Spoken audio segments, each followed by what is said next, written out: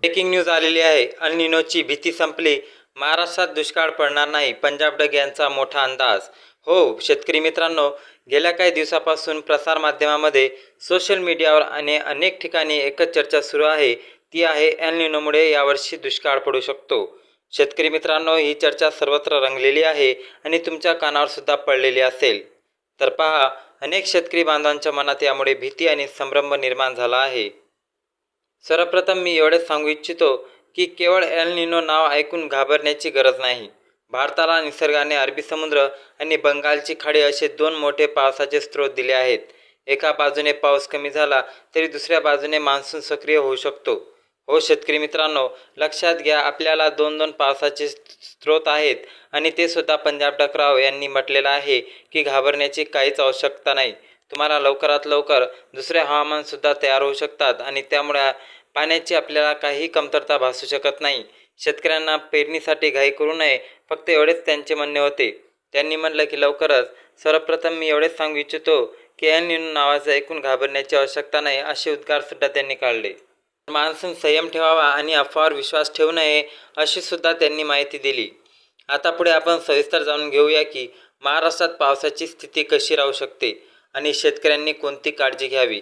मी एवढेच सांगू इच्छितो की पावसाबाबत भीती निर्माण करणाऱ्या बातम्यांपेक्षा शेतातील परिस्थिती, जमिनीतील ओलावा आणि स्थानिक हवामानाकडे याचे लक्ष असणे अत्यंत महत्त्वाचे आहे.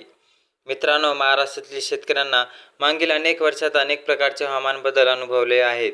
कधी पाऊस उशिरा आला, कधी जास्त पाऊस पडला, कधी कमी पडला, पण तरीही शेती सुरू राहिली आणि पेरण्या पूर्ण झाल्या. त्यामुळे भीती न बाळगता परिस्थिती समजून घेणे अत्यंत गरजेचे आहे.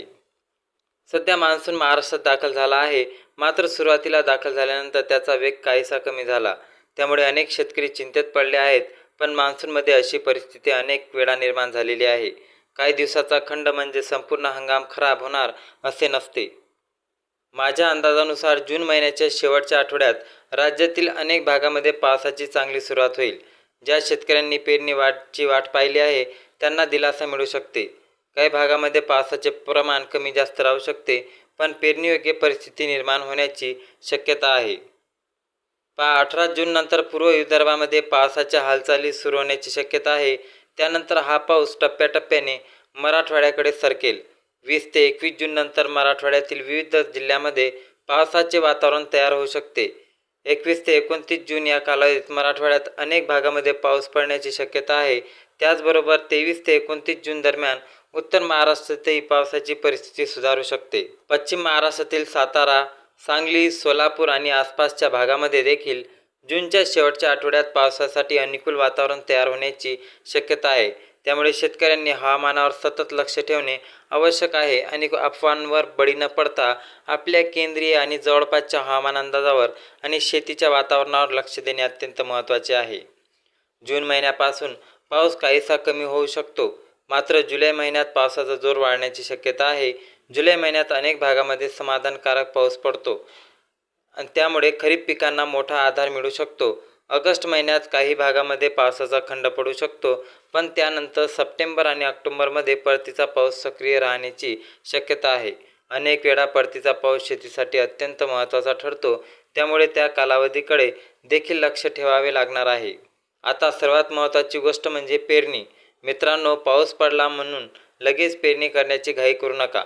अनेक शेतकरी पहिला पाऊस पडताच पेरणी करतात आणि नंतर पाऊस खंडित झाल्याची अडचणी निर्माण होतात.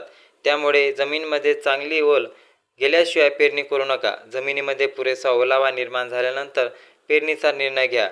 त्यामुळे पिकांचे मुळे खोलवर जातात आणि पुढे काही दिवस पाऊस कमी झाला तरी पीक टिकून राहण्याची मदत मिळते.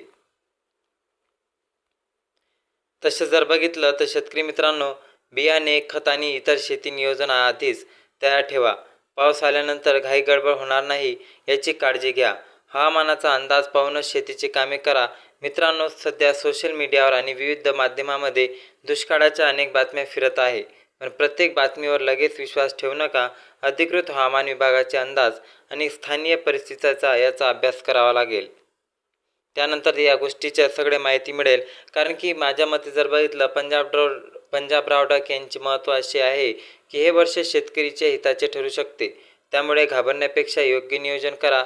पावसाची वाट पहा, जमिनीतील ओलावा तपासा, योग्य वेळी पेरणी करा. बघितलं तर एवढेच सांगायचे असते की शेतकऱ्यांना संयम ठेवावा लागेल. कारण की शेतकरी मित्रांनो, घाई गडबड केल्यामुळे तुम्हाला शेतीमुळे नुकसान होऊ शकते. म्हणून जास्तीत जास्त आपल्या प्रयोगावर न भर देता आपल्या पेरणीकडे आणि आपल्याला कोणते बी पेरायचे याच्याकडे लक्ष द्या. आपल्या कृषी केंद्राला भेट द्या. आणि लवकरच तुम्हाला अजून एल निनो सक्रिय आहे या गोष्टी होत्या, परंतु एल निनो सक्रिय झाला तरी भारतामध्ये याचा प्रभाव दिसू शकतो. परंतु जर बघितलं तर महाराष्ट्रामध्ये याचा प्रभाव कमी राहण्याची शक्यता वर्तवण्यात आलेली आहे. महाराष्ट्रामध्ये 2 समुद्र असल्यामुळे लवकरच महाराष्ट्रामध्ये पेरण्याला सुरुवात होईल. कारण की 30% पेरण्या पूर्ण झालेल्या आहे. अजून पेरण्या सुरुवातीपासून चालूच आहेत. म्हणून पंजाब रावडक यांनी माहिती दिलेली आहे की शेतकऱ्यांना घाबरण्याची काहीच आवश्यकता नाही. तुम्हाला लवकरात लवकर पेरणीपुरता पाऊस होईल, परंतु घाई गडबड करू नका. जोपर्यंत जमिनीचे पोट भरत नाही तोपर्यंत पेरणी करू नका, जेणेकरून तुम्हाला पाऊसचा खंड जरी पडला तरी पीक टिकून राहील. घाई करू नका, निसर्गावर विश्वास ठेवावा. पेरण्या टप्प्याटप्प्याने होतील, पण बहुतांश शेतकऱ्यांच्या पेरण्या पूर्ण होण्याची शक्यता आहे. तुमच्या भागात सध्या पावसाची परिस्थिती कशी आहे हे कमेंटमध्ये नक्की सांगा. तुमच्या जिल्ह्यात पेरणी सुरू झाली आहे का हे देखील आम्हाला कळवा. व्हिडिओ आवडला असेल तर इतर शेतकरी बांधवांपर्यंत नक्की शेअर करा. अशाच हवामान, पाऊस आणि शेतीविषयक माहितीसाठी आपल्या चॅनलला नक्की सबस्क्राईब करायला विसरू नका. आणि शेवटी हेच म्हणेल की जास्तीत जास्त अफवावर विश्वास आणि बळी पडू नका. जय हिंद, जय महाराष्ट्र. धन्यवाद.